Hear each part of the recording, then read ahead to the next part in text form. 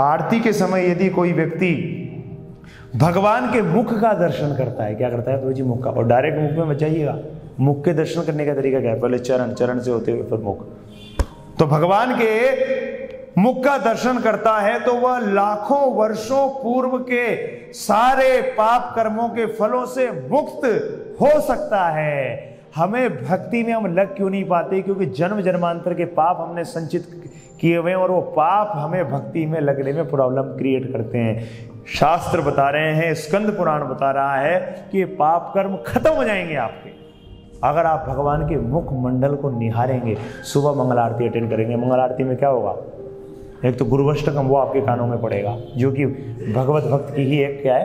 प्रार्थना है। तो उससे शुद्ध हो गया आप। और भगवान का इतना सुंदर मनोहारी स्वरूप है, राधा गोपी जी का, नित्यानंद जी का, गौरंग महाप्रभु का, उसके आप दर्शन करोगे तो आपकी चेतना शुद्ध होगी। प्रभु जी देखिए, ये हम नहीं करे, प्रभु जी स्कंद पुराण कह रहा है। फिर वापस से दोहरा देता हूं, क्या कह रहा है स्कंद पुराण? आरती के संदर्भ में कि अर्चा विग्रह की आरती जो करी जाती है उसमें अगर आप नियमित रूप से उपस्थित होते हो, आरती के समय यदि कोई व्यक्ति भगवान के मुख का दर्शन करता है, वह लाखों वर्ष पूर्व के सारे पाप कर्मों के फलों से मुक्त हो सकता है। और यहां ये मेंशन तक कर किया गया है किसके अंदर? स्कंद पुराण में।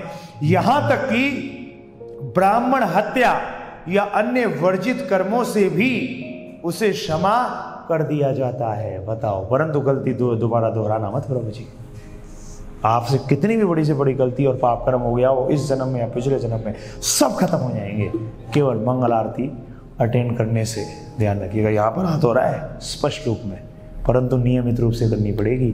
और नियमित रूप से प्रभु जी मंगल आरती तभी आप अटेंड कर पाएंगे जब नियमित रूप से भागवतम क्लास सुनेंगे। ये ध्यान रखिएगा, पूरी प्रोसेस अपनानी पड़ेगी तभी किसी भी एक एक्टिविटी को आप नियमित रूप से कर पाएंगे। तो हम आपसे प्रार्थना करते हैं, आप सबसे हम निवेदन करते हैं जो आप भक्तगण लाइव सुन रहे हैं और जो डेली मंगल आरती अटेंड करते हैं, आप सब भक्तों से हम प्रार्थना करते हैं कि आप बहुत अच्छा कार्य कर रहे हैं कि डेली अटेंड कर रहे हैं। पर मैं आपसे निवेदन करता हूँ औरों को भी तो लाओ प्रभु जी। मंगल आरती में तो क्या फर्क पड़ता है, नया व्यक्ति भी आता है, क्या प्रॉब्लम है?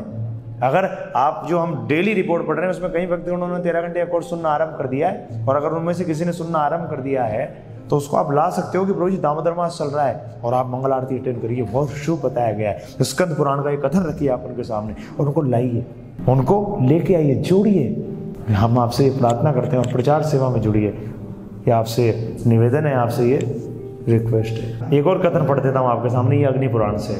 अग्नि पुराण में कहा गया है, देखिए सुनिए, ये अग्नि पुराण से। अग्नि पुराण में कहा गया है कि जो व्यक्ति आनंद मग्न होकर क्या करे?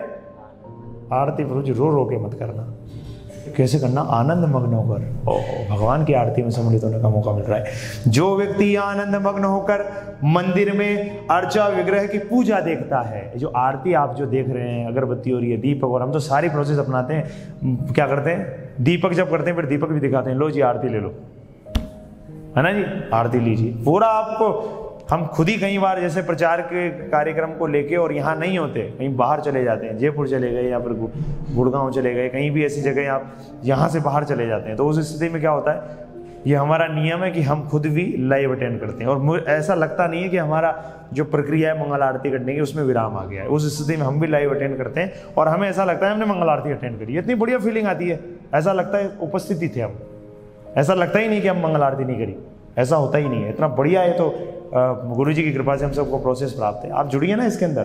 देखिए क्या करें, जो व्यक्ति आनंद मग्न होकर मंदिर में अर्चा विग्रह की पूजा देखता है उसे पंचरात्र में वर्णित क्रिया योग का फल प्राप्त होगा। समझ में आ गए आपको? इसलिए हम आपसे हाथ जोड़ के प्रार्थना करते हैं कि इस मंगल आरती के अंदर आप जुड़िए और औरों को जोड़िए। ठीक है जी।